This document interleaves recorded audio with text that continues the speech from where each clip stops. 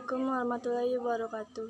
Perkenalkan, nama saya Nafita Puspita dari kelas 11 OTKP 3. Ingin menjelaskan tentang prasarana dan prasarana. Memahami administrasi sarana dan prasarana kantor.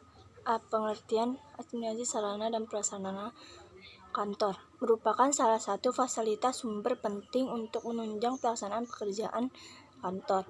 Kantor menjadi tempat berlangsungnya aktivitas ketatausahaan atau administrasi kantor. Berikut adalah penjelasannya. Administrasi menurut Guattari 1966. Administrasi menurut Guattari adalah perencanaan, pengendalian, dan perorganisasian pekerjaan kantor, serta penggerakan mereka yang melaksanakan agar mencapai tujuan yang telah ditetapkan. Berikut merupakan ruang lingkup pekerjaan administrasi kantor, yaitu menerima, mencatat, mengelola, mengganda, mengirim, dan menyimpan. Sarana prasarana.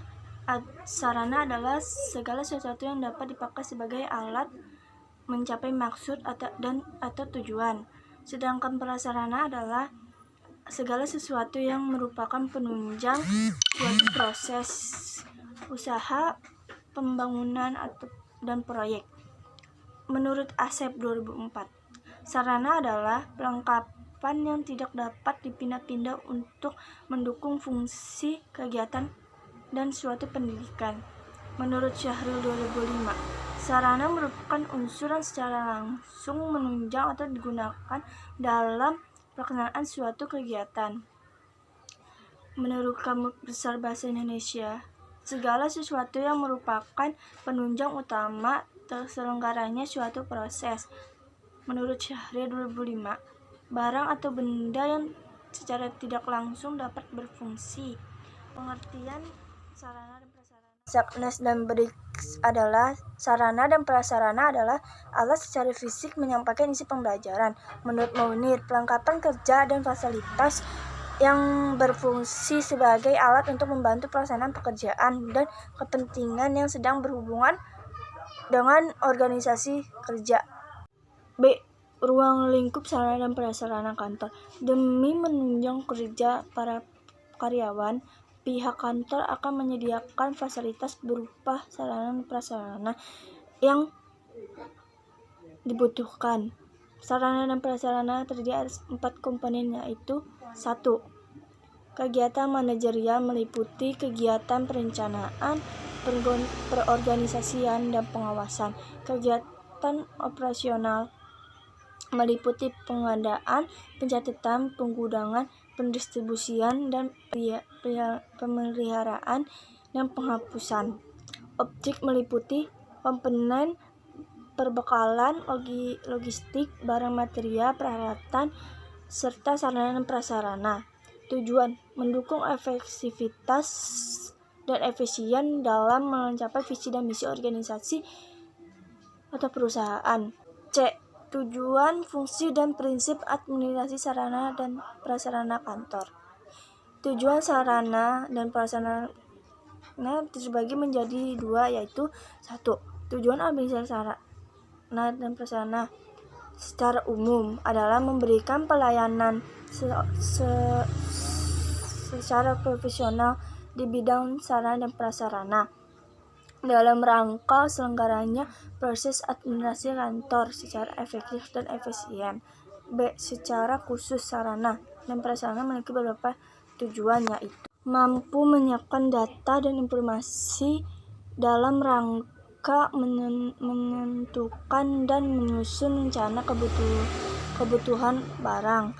2. Mampu memberikan data informasi untuk menjadikan bahan atau pedoman dalam pengadaan barang. 3. Mampu memberikan data dan informasi dalam menentukan keadaan barang.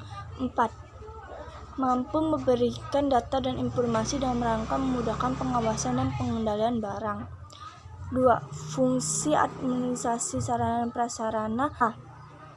Mempercepat proses pelaksanaan pekerja. B. Meningkatkan produktivitas kerja. C. Meningkatkan hasil kerja yang berkualitas dan terjamin. D. memberikan dan melengkapi fasilitas untuk segala kebutuhan yang diperlukan. Menimbulkan rasa nyaman dan puas bagi pihak yang berkepentingan dalam pekerjaan. F. Memberikan kontribusi yang optimal terhadap instansi baik pemerintah maupun swasta. 3. Prinsip administrasi sarana dan prasarana kantor. 1. Prinsip mencapai tujuan. Administrasi sarana dan prasarana dapat berhasil dilaksanakan apabila semua fasilitas yang disediakan digunakan. 2. Prinsip efisien. Penggunaan semua fasilitas dilakukan perencanaan yang dilengkapi dengan petunjuk teknis. 3. Prinsip administratif adalah pengelolaan pelengkapan sarana dan prasarana selain menjaga agar kegiatan berlangsung sesuai dengan aturan hukum. Hal tersebut juga akan meningkatkan kredibilitas perusahaan sebagai pihak yang menjalankannya. 4. Prinsip kejelasan tanggung jawab.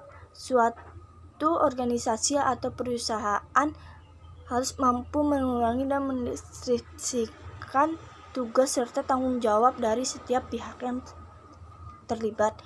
5. Prinsip koefisien. Manajemen perlengkapan di kantor harus terrealisasikan dalam proses kerja kantor yang kompak. Sekian dari saya. Wassalamualaikum warahmatullahi wabarakatuh.